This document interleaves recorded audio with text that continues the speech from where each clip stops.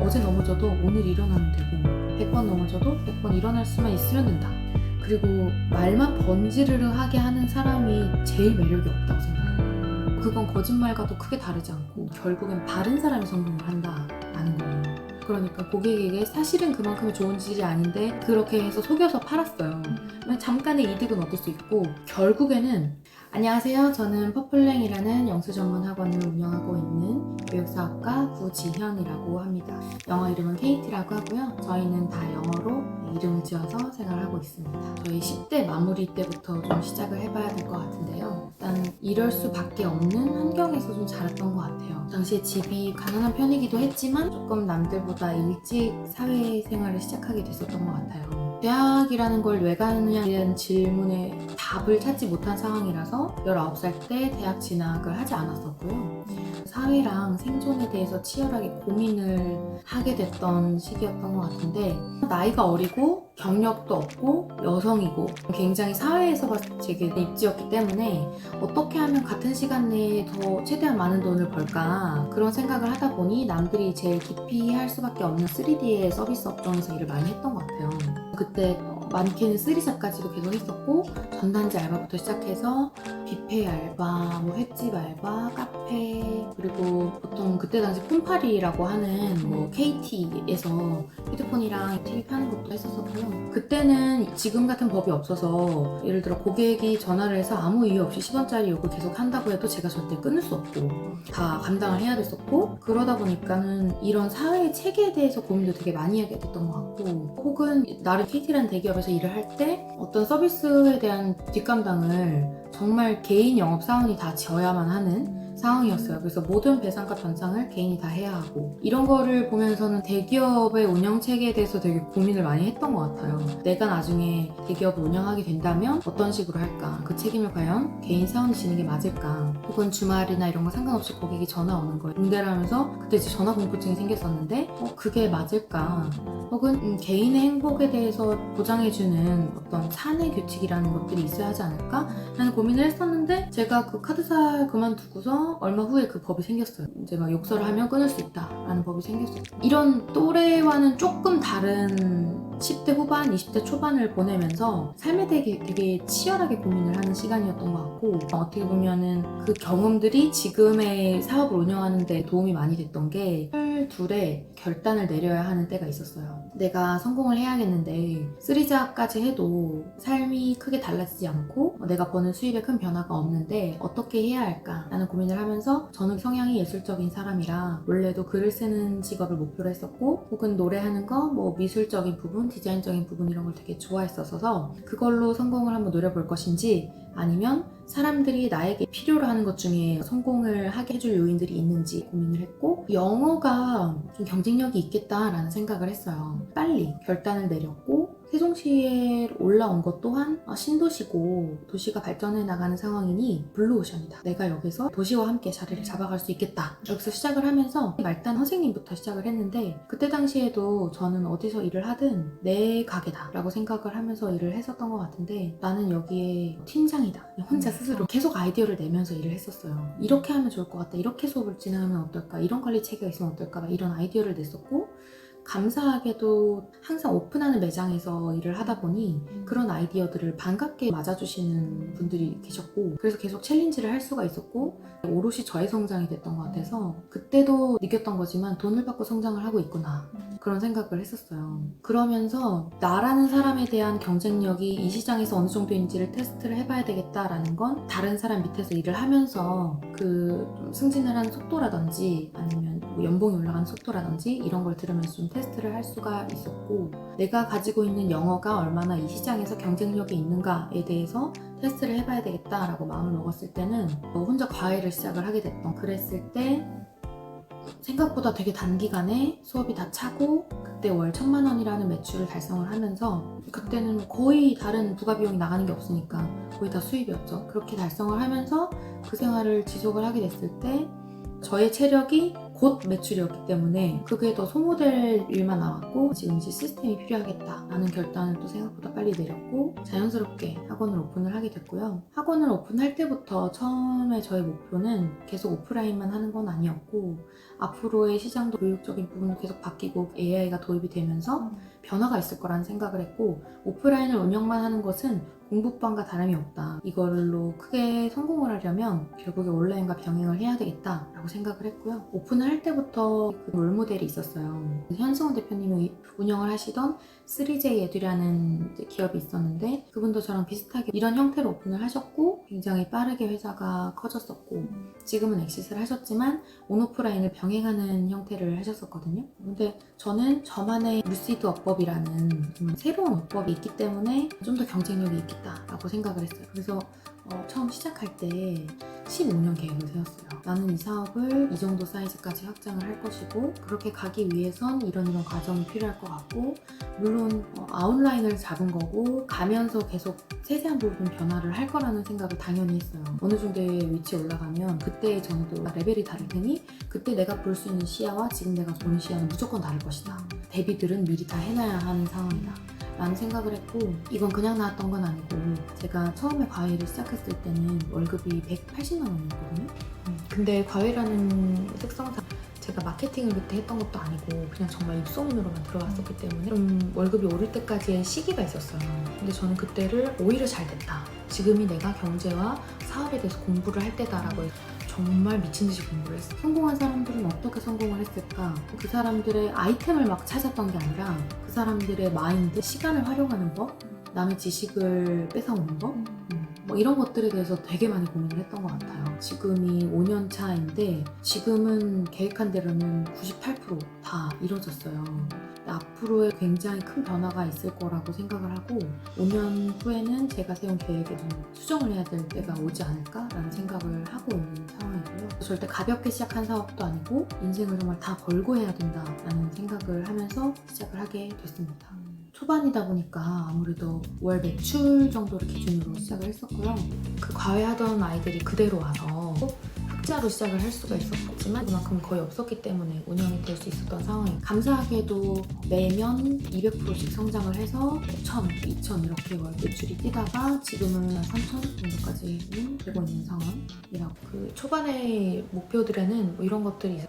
잘 가르쳐요, 재밌어요 뿐만이 아니라 왜 다른지에 대한 가치를 증명을 해야 되는 사업이었어서 오픈을 하고 1년, 2년 차 때까지는 꼭 계속해서 연구를 해가면서 그리고 그거를 쉽게 또 다듬는 것. 여느 학원들처럼 되게 잘 가르쳐요라는 학원이 아니라 가르치는 어법이 다릅니다라는 학원이라서 뭔가 새로운 걸 보여주는 학원이라 더 증명하는 데까지 오래 걸릴 거라는 생각을 했었어요. 지금 대한민국에서 이때까지 시행되어 왔던 교육 자체는 시험을 베이스로 한 교육이기 때문에 리스닝과 리딩 맞춰져 있는 그런 교육이라고 보시면 될 것 같아요. 근데 그러다 보니까 한 사람이 평균 20년을 공부를 해도 말을 못하는 상황이 좀 생기고 그래서 이 어법 같은 경우는 저희 아버지께서 연구를 오랫동안 하셨던 걸 바탕으로 제가 많이 다듬고 발전을 시켰던, 쉽게 말하면 말이라는 거는 다 이유가 있고 사람들이 목적이 있어서 만드는 거잖아요. 근데 우리가 공부를 할 때는 그 이유를 생각하기보다는 그냥 현상을 많이 외우려고 해요. 그래서 그 이유를 좀 아이들의 눈높이에 맞춰서 쉽게 설명을 하는 거고 어법으로 따지자면 노암 촘스키 이론을 바탕으로 해서 만들어진 거기는 해요. 지금 1타 강사들 중에 몇 분 정도는 조금 부분적으로 왜 이런 식으로 말을 하게 됐는지 뭐 이렇게 설명을 해주시는 분들이 계시는데 왜냐면 이게 막 영문학을 전공을 한다던가 이러면 교수님들은 아시는 내용이세요.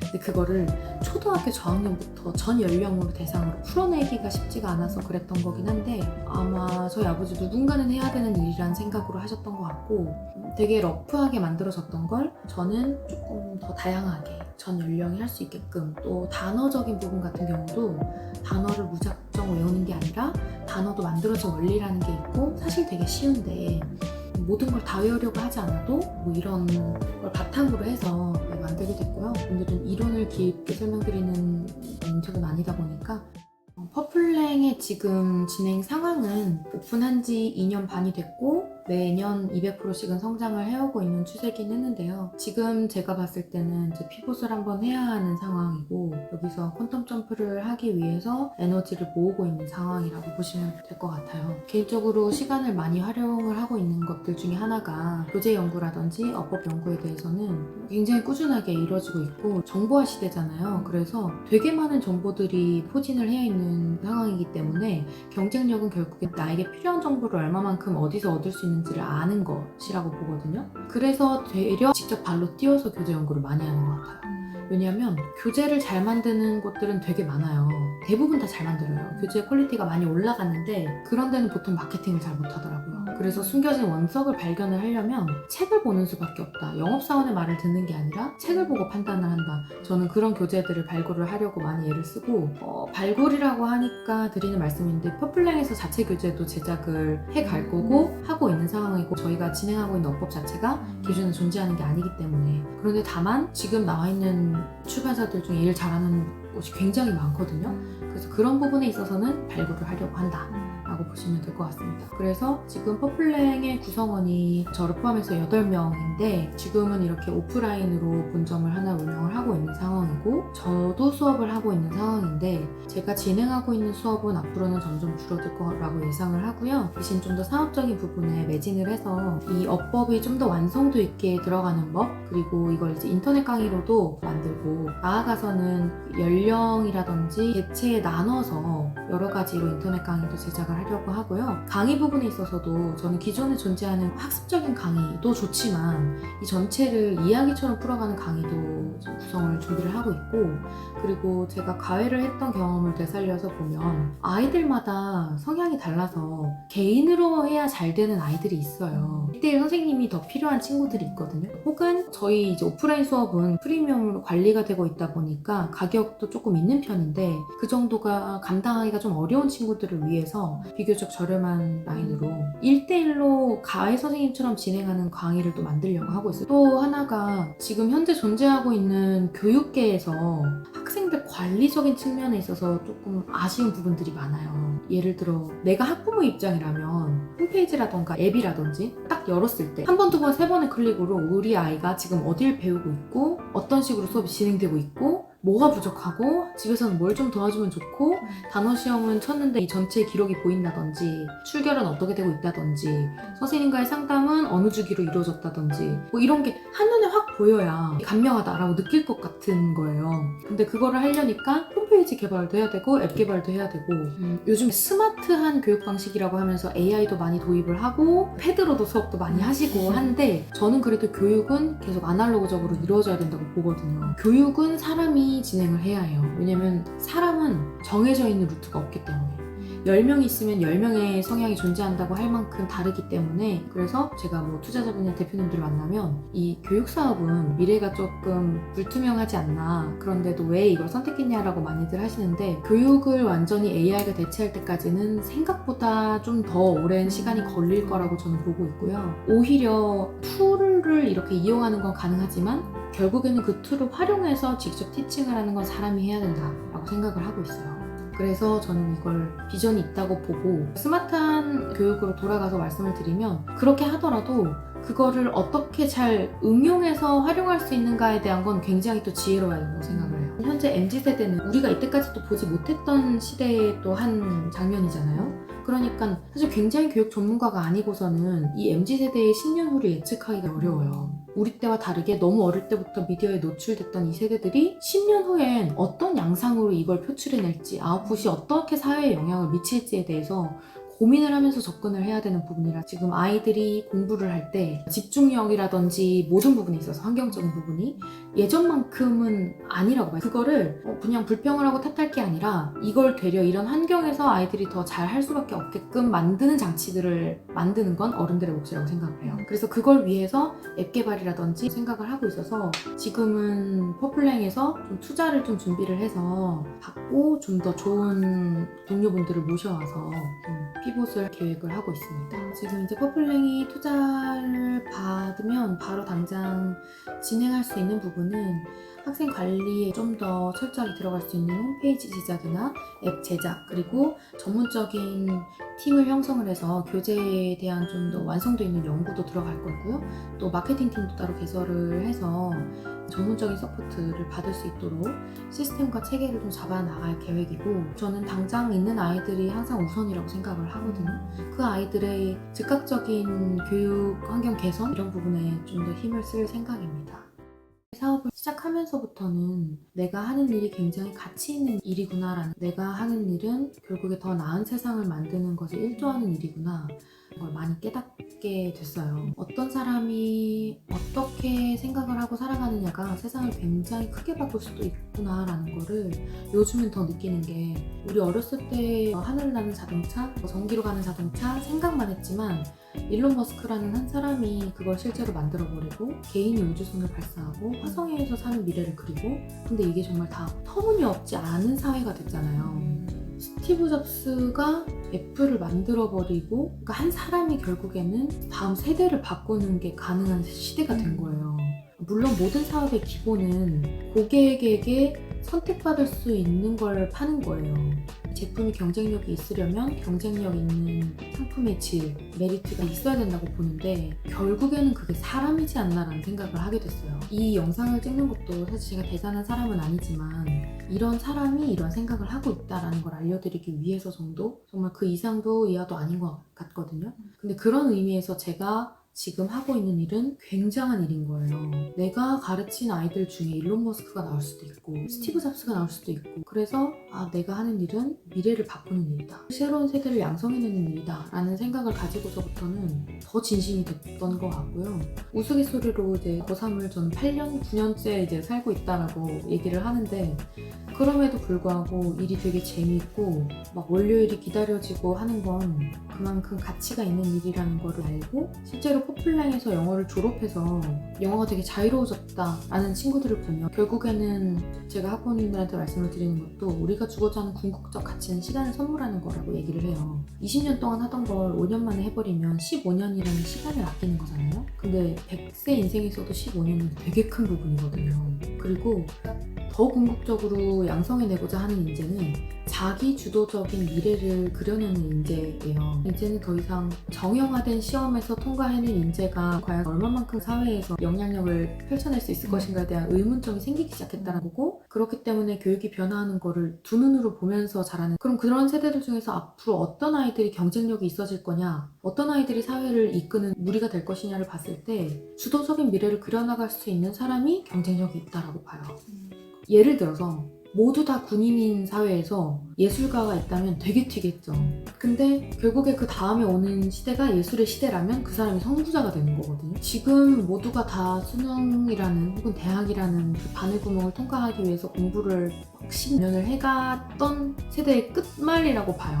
그러면 그 다음을 이끌 사람은 누구인가 하면 새로운 바늘구멍을 만들어내는 사람이거든요. 지금 현재 사회를 이끌어가는 주 어른들이 그런 분들이 아니었기 때문에, 그런 주체적인 사고를 할 수 있도록 하는 아이들을 양성해내는 환경이 지금 그렇게 많지는 않다고 봐요. 그러면 과도기에서 누군가는 그 포문을 뚫어줘야 된다라고 생각을 하고, 누군가는 그런 환경을 제공해줘야 된다라고 생각을 해요. 그러면 그 다음 세대들 중에 누군가는 새로운 스티브 잡스가 나올 수도 있고 새로운 일론 머스크가 나올 수도 있거든요. 그런 역할을 제가 할 수 있으면 좋겠다 생각을 가지고 있기 때문에, 사업 시작하기 전에는 잘 가르치는 선생님이기만 하면 됐어서 수업력, 몰빵을 할 수 있었던 좋은 시기였던 것 같고, 사업을 시작하고부터는 당장 마케팅에 있어서부터 난관에 부딪혔었어요. 사람들한테 어필을 할 것인가, 어떻게 다가갈 것인가, 정말 그 사람들의 반경 안에 들어가야지만 선택을 받을 수 있는 기본 전제 조건이 되더라고요. 그래서 거기에 들어가게끔 하려면 내가 어떻게 해야 하는가를 봤을 때 치열하게 마케팅에 대해서 공부를 해야 내가 살아남을 수 있구나 라는 생각을 했고, 그 다음에는 회계 공부도 해야겠었고, 그리고서 이제 직원분들이 생기면서는 어떤 리더인가에 대해서 생각을 하게 됐었고, 그래서 항상 새로운 공부를 끊임없이 해나가야만 한다라는 게 묘미이자 어려운 부분이자 그런 것 같아요. 완벽한 사업가는 절대 없지만 어쨌든 이 사업을 잘 해내려면 이끄는 사람은 굉장히 똑똑해야 된다는 생각을 많이 했어요. 굉장히 빠른 판단력과 결단력이 있어야 되고 지혜도 있어야 된다고 생각을 하는데, 책 읽는 부분이라든지 강의를 듣거나 뭐 글을 쓰거나 이런 건 놓치지 않고 계속 가져가야 된다고 생각을 했어요. 특히나 앞으로의 세대에서 문해력은 너무너무 중요한 경쟁력일 건데, 반대로 생각했을 때 교육을 이끄는 교육자 중에서 글을 쓰지 않는 사람들이 또 얼마나 많은가를 생각해보면, 그럼 나는 글을 쓰기만 해도 상위 집단에 들어갈 수 있겠다 라는 생각을 했었던 것 같습니다. 이게 제가 쓰는 다이어리인데 보시면 이렇게 연도 표시들이 다 돼 있어요.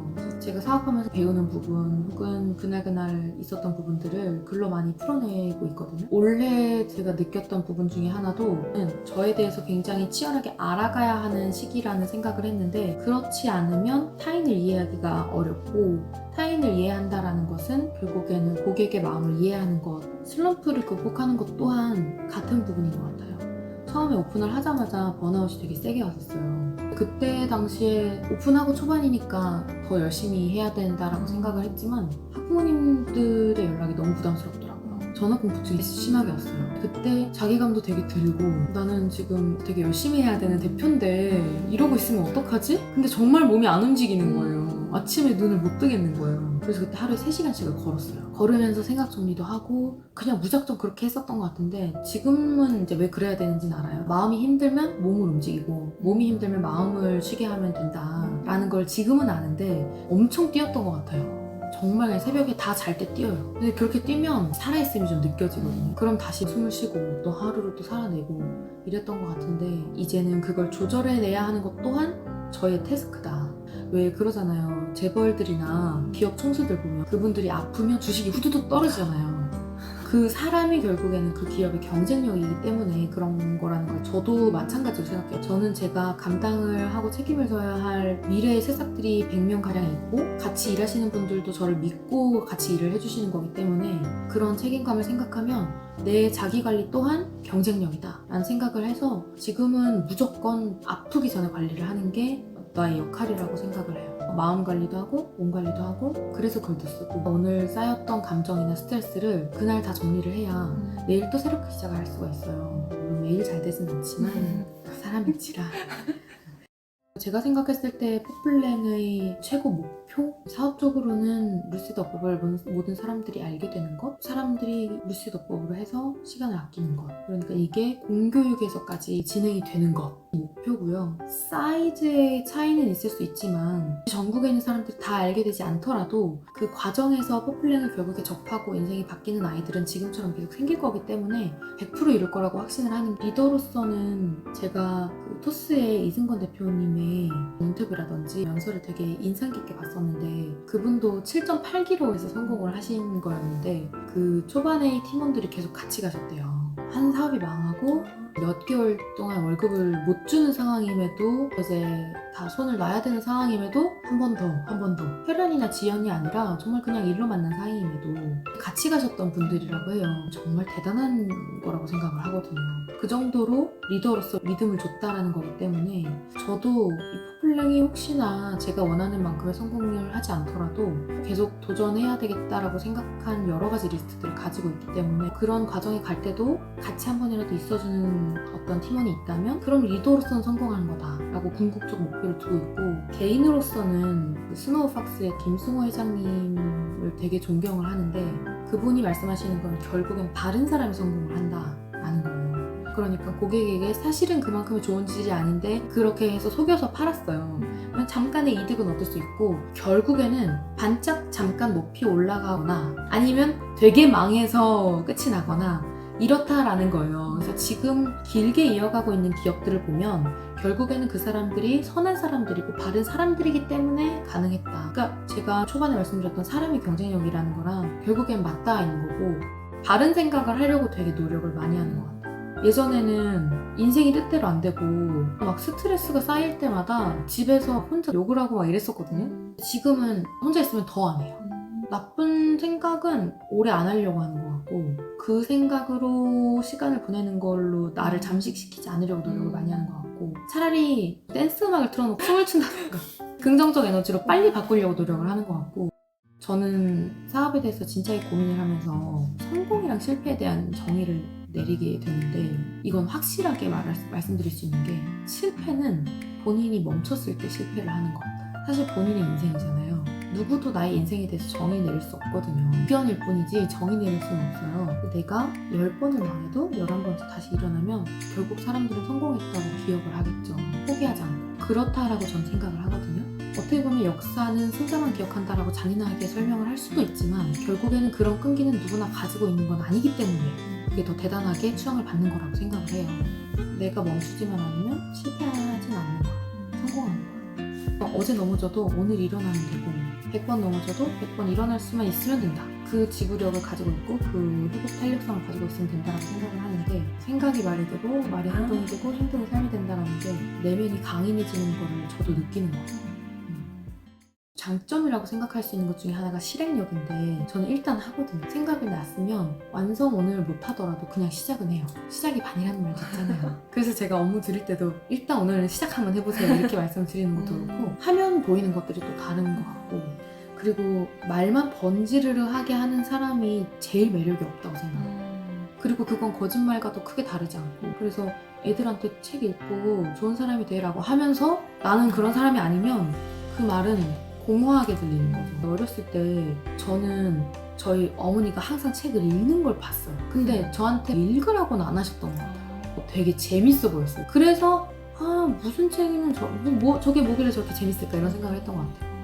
그래서 저도 지금도 애들한테 책 읽어봐 라고 하지 않고 내가 이번에 이런 책 읽었는데 이런 말이 나왔어 라고 얘기를 해준다든지 그러면 저는 읽는 거를 아이들이 알잖아요. 자연스럽게 학원에서 독서 모임을 하기도 하고 자꾸 보여주는 사람이 되자라는 생각을 많이 했어요.